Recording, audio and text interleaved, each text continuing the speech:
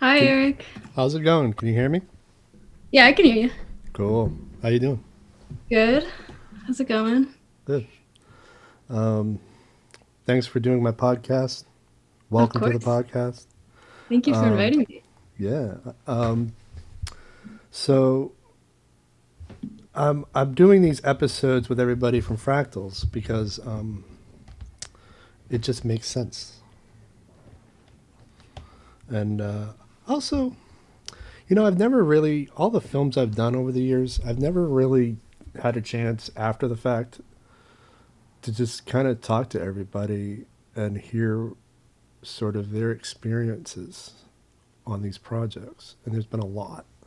Hmm. And if I'm going to have a creativity podcast, it makes sense that that would be some component of it, like reflecting on not my work through my eyes, but working on my work through the eyes of somebody else. And Yeah. so that's kind of what this is about. But at the same time, to introduce listeners to you and what you're Does it about. work with the Zoom? Is it okay for your audio? Yeah, sounds good. Okay, good. I realize I really don't know anything about you. So let's start with who you are, how you got into acting. Take over. Okay. I feel like I really only began acting probably my second year of college. I did like a little bit in high school and a little bit of my freshman year. I was in Berlin for my freshman year, and we did like I studied a lot of theater, but I had never really acted myself because I'm not a very like extroverted person, so I kind of just assumed it wasn't for me. Especially in I don't know if you've done high school theater, but it's very much like a shouting contest of sorts. But in Berlin, I don't know, they're a lot more soft spoken, which was really interesting. So it's a lot more of like the emphasis is on the writing, which is what I love about like theater and film in general and about acting is just like working with language that I love. And so I think I kind of fell in love with the German theater. It's very like explicit and it's very funny. It's very crude. Um, so yeah, and then when I got to the Bard campus, because I was in Bard Berlin, and then I got to the American campus, and I kind of just like did it. I didn't know what to major in really. I was thinking like written arts, but it seemed kind of isolating. Um, so then I went for theater, kind of just to try it out. I wanted to do as much of it as possible and kind of see if I failed, but I haven't failed yet. So I think I'm still like I don't know. I realized that it's not what I'm best at, but it's what I love doing the most. So Yeah, yeah, I still feel the same way about filmmaking. Like, I'm pretty sure I'm not that good at it, but I don't want to stop doing it. And yeah. that's the honest truth. And I think you're good at it though. And Jan was Yeah. saying yesterday that she couldn't tell when you were acting or not, like because the readings of my really shoddy, preachy dialogue came off Not so bad. natural. And that's kind of what I vaguely remember too. Is when we were shooting, I'm like, "Is she saying my script?" And Jan was like, "Yeah." And I'm like, "Oh, it just sounds like that's her opinion." I mean, it was a very like comfortable set, which is what I loved. And it's also like working with Tim. I feel like we could make our dialogue as comfortable as possible, but it was also like not. I don't know. You're very good at making the actors feel like they can take it in their own direction, which Yeah, definitely made me feel. well, that comes out of one when I write a screenplay, I know I'm going to produce out of pocket. I know I'm not Mm, going to get what I write, like in terms of just production value. I tend to overthink it if I don't think I'm going to produce it. So like, what the screenplays I submit to a contest are very, very written and very much. If I were to make them, there would be very little room for improvisation. But the mhm. ones I'm making by myself in my apartment, anything could happen. So it doesn't make sense to be locked down, creatively by the pages. The pages are a guideline. It's a great guideline. Sometimes, sometimes they're a bad guideline, but if somebody's going to come in for pennies on the dollar and give me their time, at least I could say, hey, do really whatever you want as long as we get A to Z. Whatever happens in Yeah. between, I really don't care about. And that was basically the vibe. And I think that's a good creative vibe for indie filmmakers in general, because it's very easy not to have a good time on these types of productions, as you probably well know. Yeah, I feel like I've had directors where it's like stick to the script exactly, but they've never heard the words out loud before, so it's like they can't even acknowledge that it sounds really awkward. Yeah. Yeah, and that's that was one thing too, like that I didn't really get to have on this film that I wanted is a read through with everybody because of Mm. the pandemic. It didn't make sense to do it, but most people won't invest in read throughs, and I think it's really really important. It's like Yeah, film definitely. production 101. Have a read through, hear your words. But yeah, I think you're a natural at this, and I've actually heard a lot of stories with actors where like they're introverted and they just started acting to test themselves. Or I know I don't know if I'm 100% accurate with this, but I think Jan had been sent to some sort of theater program because she was shy or something.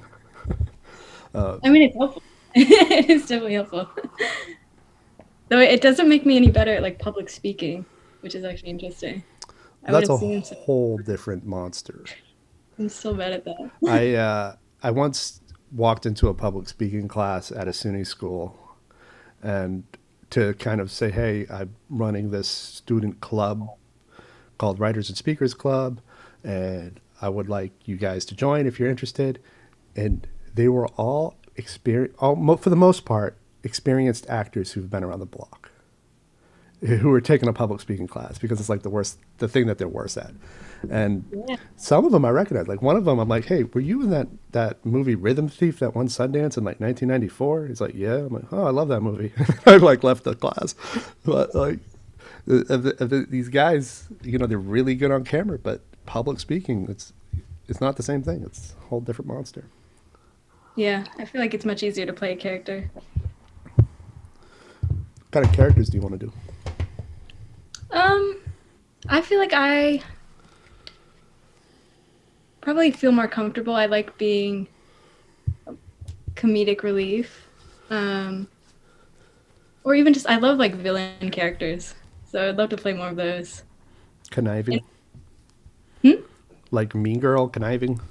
Yeah, I'd like that. Or just like murderous. I've played like kind of like a lot of a weird amount of like kind of murderous vampire roles.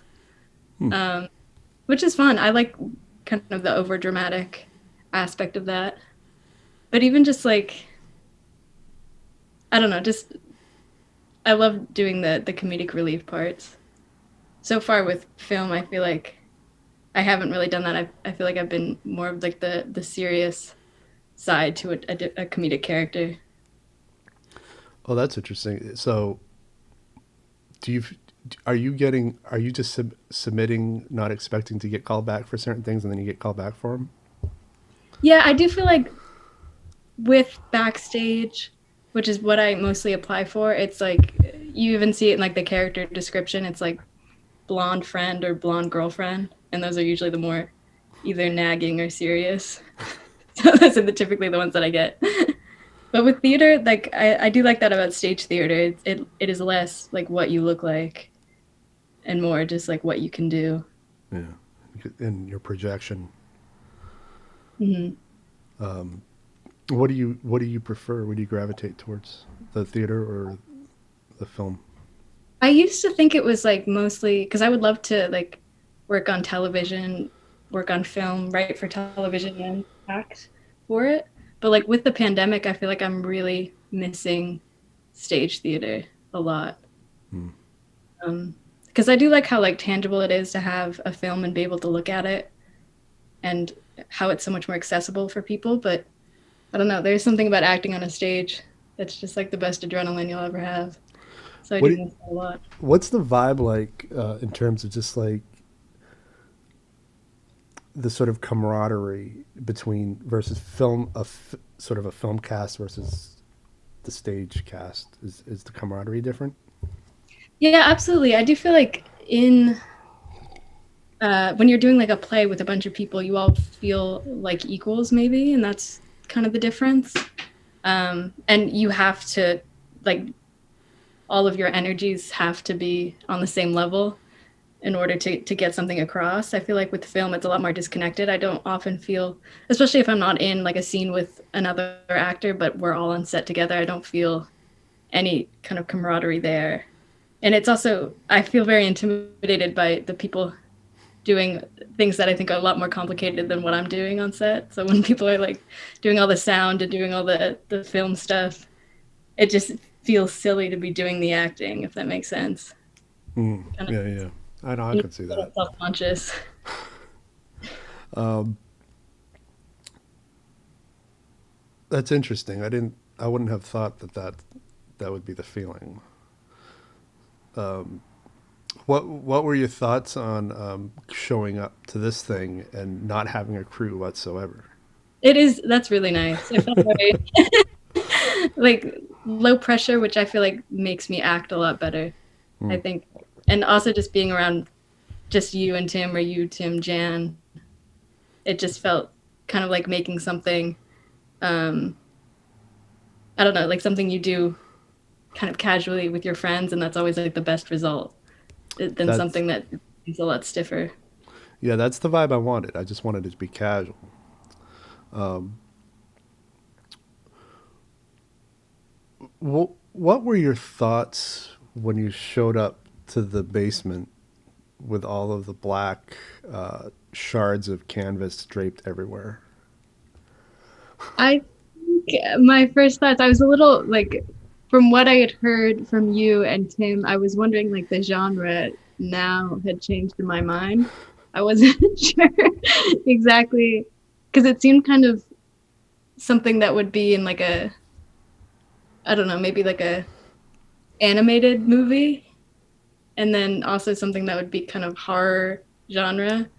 But then it was so naturalistic, everything that we were saying and everything that we were doing. So I was a little stuck on like the first few. I was like, how should I be acting now?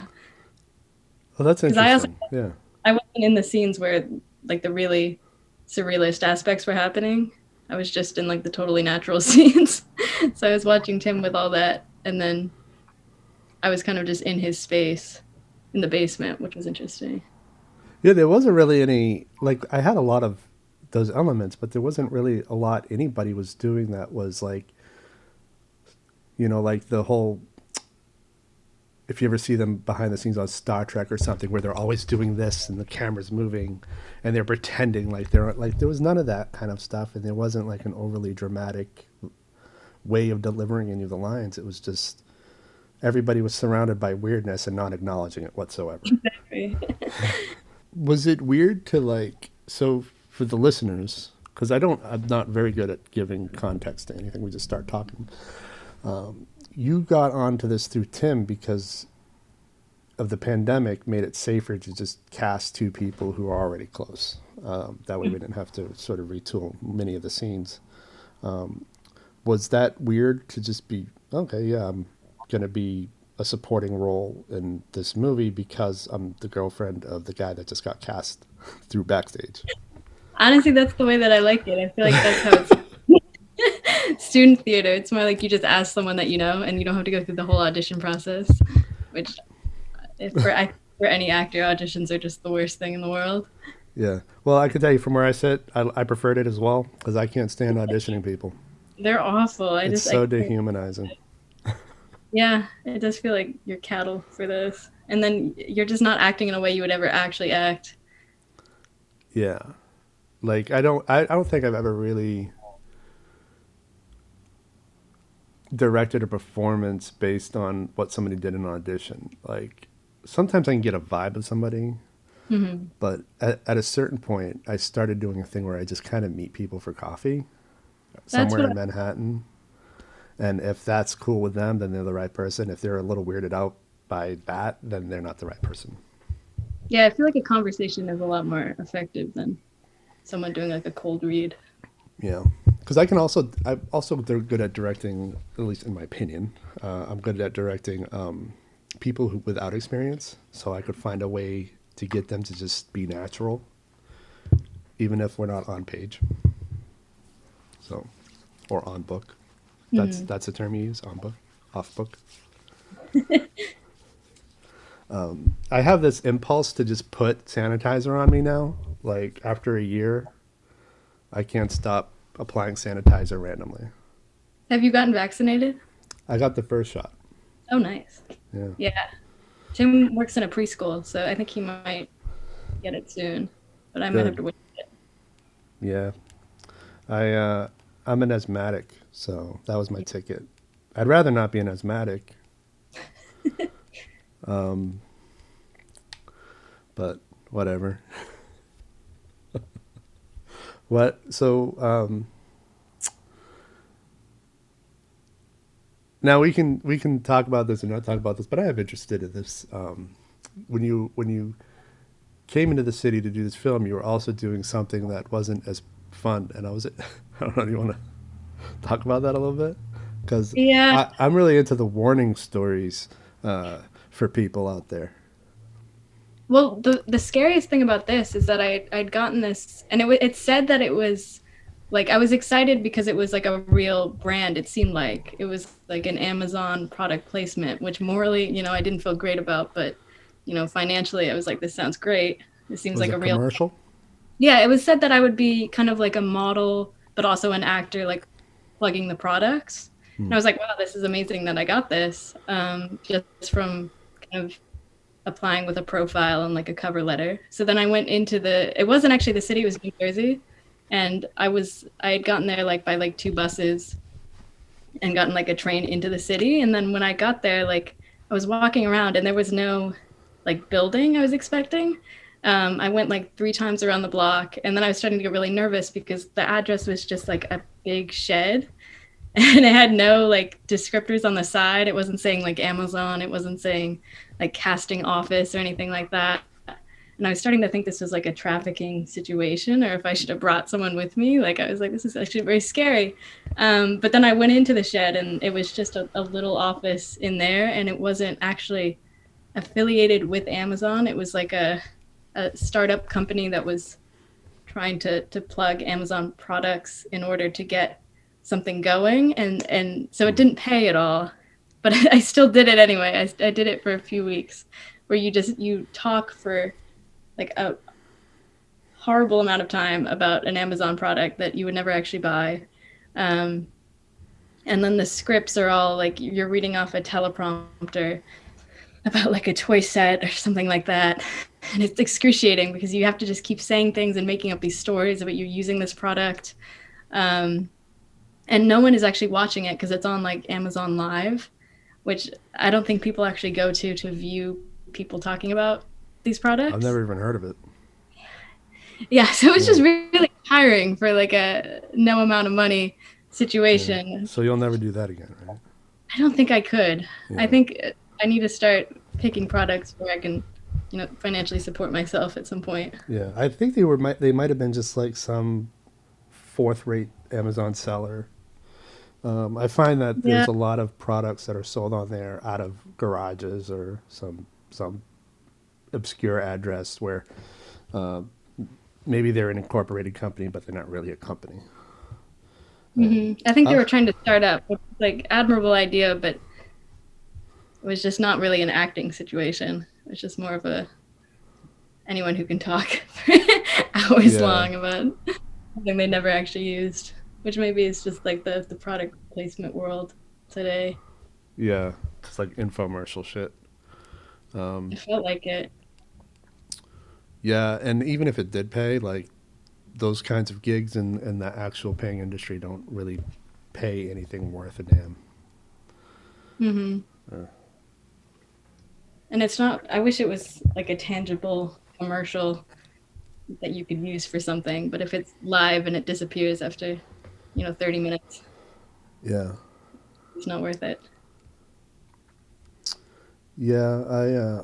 But it's live and learn. Like it took me quite a few years to figure out how to navigate my way around clients that were worth the time and clients that weren't, Hmm. and when to take a cut and when not to. It's just it's part of it. Yeah, it's definitely true. I feel like, And sometimes I make mistakes when I know better. Like I did this one thing where it was in exchange for some hardware that I needed rather than an actual paycheck. And it was an assumption that I could use it like in my reel. Turns out I couldn't do that because it was a private organization that.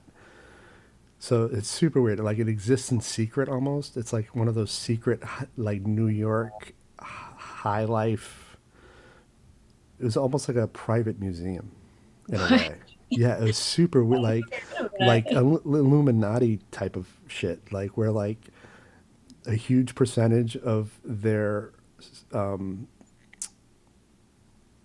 ex sort of members were like presidents at one point. Like they all became presidents. What were you doing for them? Were you It's filming? just like making a video because nobody wanted to come in from Connecticut or wherever it is they were living to visit the museum gallery, but the gallery was still obligated to sort of create new displays of art regardless. And so they had me do like a video that they would send to all their members. Strange. Yeah, it was super weird. And they didn't tell you it was in secret, so you couldn't use it? Yeah. And like I'm like, can I put up a behind the scenes photo? And it was like a big deal. Like the woman who was my correspondent had to go around asking everybody, and they're like, Mm. okay, just don't tag us or anyone, and maybe blur some of the specific artwork because some of the artwork was created by the members, and Mm. like so here's a lesson in ego, especially with wealthy people. Like most of them were self portraits. Oh, that's so strange. It is strange, but they have like there's like three or four of these really elite clubs. They go all the way back to like the 19th century. And they all own and operate Manhattan real estate as a nonprofit, but nobody's allowed in them without invitation. So the clubs are by invite only. Oh, And it's an invisible class of people that just they know not to flaunt. It's super weird. it's very terrifying. Yeah, it exists. Um, I don't know why this woman got a job there. It seems like a horrible crop of people to work for. Yeah, it seems like they could kill you and no one would know. I'm sure there are members that are in that business. Mhm. Yeah, yeah. I've read stories about actors who they would like grudgingly do these really high paying gigs. There was one story I heard where like an actress in LA was hired for something that she wasn't allowed to talk about. And it turned out that these guys coming in from, I don't know if it was China or wherever, but some country, and they were these super wealthy businessmen, and they just wanted to eat sushi off her stomach. Oh, It was just like, yeah. It's stuff but like that that makes me very nervous. Especially yeah, like models. I've heard that a lot of models, I don't do modeling, but like I've done like the commercial type modeling where it's like acting slash modeling, but like the models have to work like it seems like trafficking in itself. 'Cause they're yeah, just hired to go out with really creepy men or hired for like fetish people to eat really disgusting food in front of them. I'm like yeah, that's insane. Yeah, I don't know. That power imbalance is really gross. yeah. There's a lot of that crap on Model Mayhem, which is not a site any that I don't consider anybody legit actually being on. Is But that like people in New York get gigs through that. It's like Model Mayhem. You build your profile and put your portfolio up. In a pinch, it's a great place for photographers to find people. But for the most part, there's just not a lot of good, legitimate stuff through there. It's all that creep. Well, for the most part, that creepy shit. Yeah, and so many models are so young. That does make me worried. Yeah. In New York, you'll get a good diversity, but if you it, if you leave like the major cities, there are almost always kids who don't know better, Hmm. which is super weird. And by kids, of course, I mean people in their early 20s. Yeah. That's my age coming through. But I feel like people's modeling jobs, like you're considered like out of modeling when you turn 25. Really terrifying Um, stuff like that. yeah, or 30 if you have a really good metabolism. Yeah. Some of these women had really good metabolisms. I remember I did a behind the scenes video of some penthouse photo shoot. It was a legitimate shoot. Some of the crew was unionized, but the models were like eating burgers backstage. How are you doing that? And then, I always the, felt like they were feeding us that lie that models eat burgers, but I guess they do. yeah, well, the guy who hired me told me that this company specifically hires models with high metabolisms because they want to avoid people damaging themselves to try and keep their jobs, keep themselves hireable. Okay, but how can you test that? How do you know which model has a high metabolism? I don't know. I guess that they just get to know certain people. I don't know what their process is. Anything? I can't stand that industry. I think it's so superficial. It is very worrisome. I guess that's good that I don't know. Yeah. Hmm. But I mean, that was a weird like awakening too because I the way it was pitched to me was, oh, it's going to be a great set. It's post apocalyptic theme. So like if you imagine like a fashion shoot against post apocalyptic, it kind of Oh, helps it helps whatever they're selling stand out a little bit. It wasn't that at all. It was a beautiful, clearly intact skyline of New York from a penthouse with just shards of cardboard all over the place. And the cardboard represented the damage of post-apocalyptic society. And I don't know, I didn't feel it. that's insane. Yeah, That it was is. an official shoot. Insane is an exact description of the fashion industry in general. But yeah, this was a legit shoot. They had like a famous photographer, like this woman.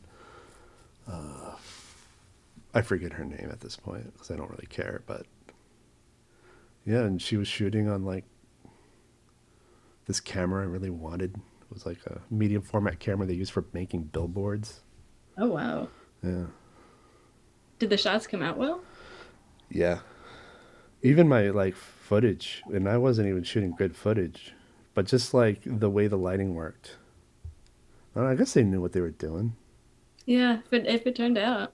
So you were Yeah. shooting behind the scenes? Yeah. That's all I could do at that time because I didn't really have a lot of gear. What did they need that behind the scenes for? So actually, the guy that hired me was their set designer. So he was the one who came up with this idea of shredded cardboard. And he's gonna email me. He's like, what are you ripping on me for, Eric? But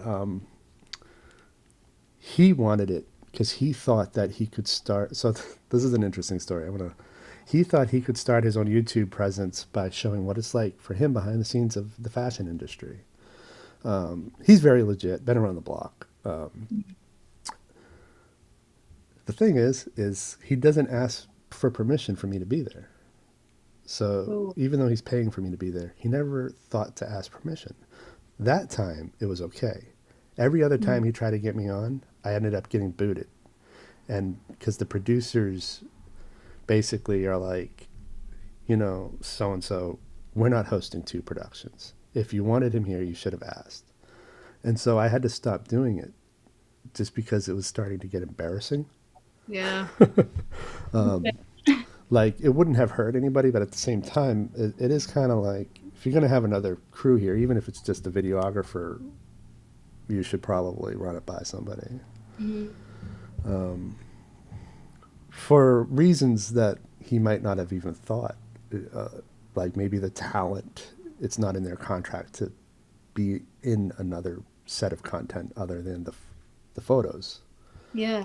It's kind of like how like if you go to Shakespeare in the Park, you can't videotape it because it's not in the talent's contract to be on Mhm. film. If somebody were to release a video of a Shakespeare in the Park play, they could actually get in a lot of trouble from the union. Really? Yeah. The actor themselves or the person filming? Uh, the the production company. Oh, okay. So the production company that runs Shakespeare in the Park has the agreements with what I don't know what actors union is at Broadway, but all these guys are professional.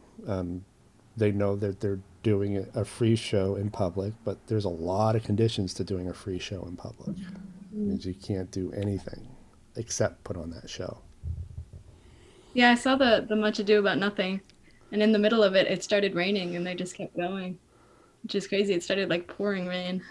Yeah, they know that that's part of anything could happen. It would be We kind of have awesome, I think, to perform in the pouring rain. I saw a version of Hamlet where they integrated the occasional helicopter flyovers. And so whenever there was a helicopter nearby, they would retool it so the lights kind of came on as if there was a helicopter hovering over the characters. Ooh, Yeah, because they can't control air traffic. That's a federal thing. interesting. Yeah, Kind of make it like a paranoia thing. I don't know. I mean, I thought the whole show was paranoid. I mean, Hamlet in general's kind of nuts. They want you to think it was like FBI helicopter and Hamlet's Yeah, I mean, it imagination. was definitely like retooled for like not the original setting. That's kind of sick, yeah. Yeah, I don't remember the specific setting, but it was definitely a setting with where like they had technology of some kind. Mm. Well, yeah, that was the only version of it I saw. Never saw like a classical Hamlet. I've always wanted to be Hamlet, honestly.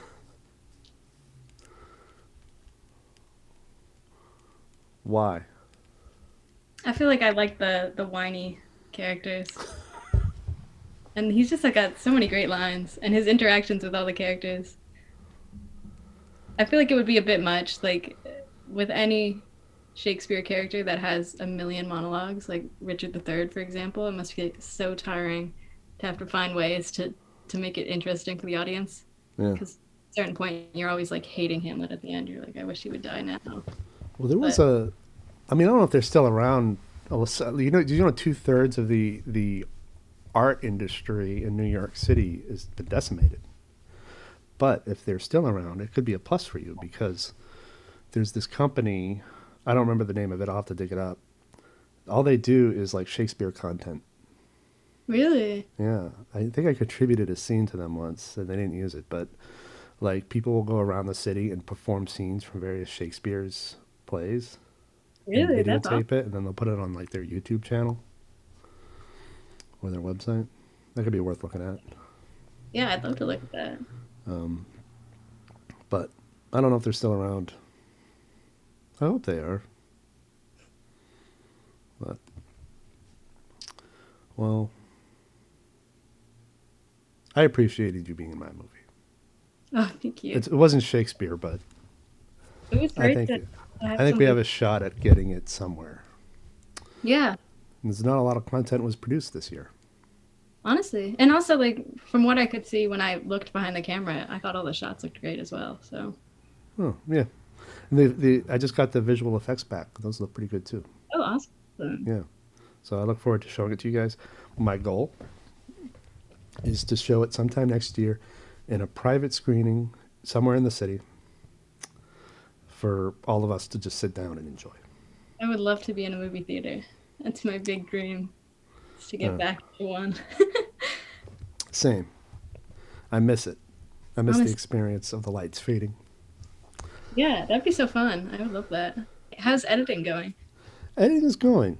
Well, you know, I started the podcast in September because I didn't want to edit. That's good. I Procrastinating podcast. After shooting in July, I'm just like, you know what? I think I'm going to delay it as long as possible. And I've honestly spent more time in post production on this film than any other project I've ever done. Wow, really? Yeah, it's because I've been dragging my heels on it. Hmm. But it's so I'm doing it in sequences. The whole film has been assembled. All the effects are done. The first 15 minutes, which is your big scene in the kitchen, Oh yeah. That's the first 15. and some straggler scenes that kind of are around that, like the stuff we did downtown. That's locked, and the sound design is done, and I sent it to the music composer to be scored, so she's working on that. And then this week, I sent the following half hour. So the half hour that comes after that opening sequence, so sequence two, that is now in the hands of the composer and locked. Oh wow. And so I think there'll be like 7 sequences all around for the whole movie. And so now I'm on the third one, Hmm. but that got delayed this week because I had to go back and recolor some of the scenes. But then, so this is where it was complicated because my software updated and then I had to re-enter my registration key and then I lost my registration key, so I had to Oh, call up a company in Australia to, and they had to match my camera. So they make my camera as well. So they had to match my camera's registration in order to get the registration key for the software. But now that that was handled last night at like 2 a.m., I yeah, I'm can glad that finally that worked finish the third out. sequence. So this is why people should think twice about doing the technical side of all this stuff because it's a pain in the And ass. editing is such a mystery to me. I don't understand it, but it looks very complicated. It used to be fun, um, and I don't think it's fun anymore. With the proliferation of digital cinema, it's not fun anymore. When it was just like civilian video, like just a Hmm. regular video format, it was fun. But now there's just so much more to it that I don't think it's fun anymore. I look forward to the day I can just get somebody else to edit my stuff. Yeah, hopefully that'll come soon. Yeah. Well, we'll see what happens. What? So before we leave, do you have any projects coming up? Yeah, I do have my senior project for college. It's kind of like your piece to show what you learned before you graduated. And it was supposed to be in person. It was supposed to be 25 minutes from a play. We were going to do Who's Afraid of Virginia Woolf, but it's not happening in person. And we can't also have more than two actors that live in the same household. So now it's a completely different project, but I'm actually very excited about it. Since everything kind of got like upturned, it's just something that I was able to write and then have my roommate and then also Tim because he lives here too. So it's kind of just thrown together. And it's a bit of a joke, but I think that's always what is the best because it doesn't take itself seriously at all. Hmm. Um, and it's about Peppa Pig. Um, so that's what I learned before I graduated, I guess. I love Peppa Pig. Nice. Well, that's a good takeaway from 4 years of Yeah, college. a bit of a joke. What I learned. Hey everyone, thanks for visiting my YouTube channel. Don't forget to subscribe and hit that bell notification.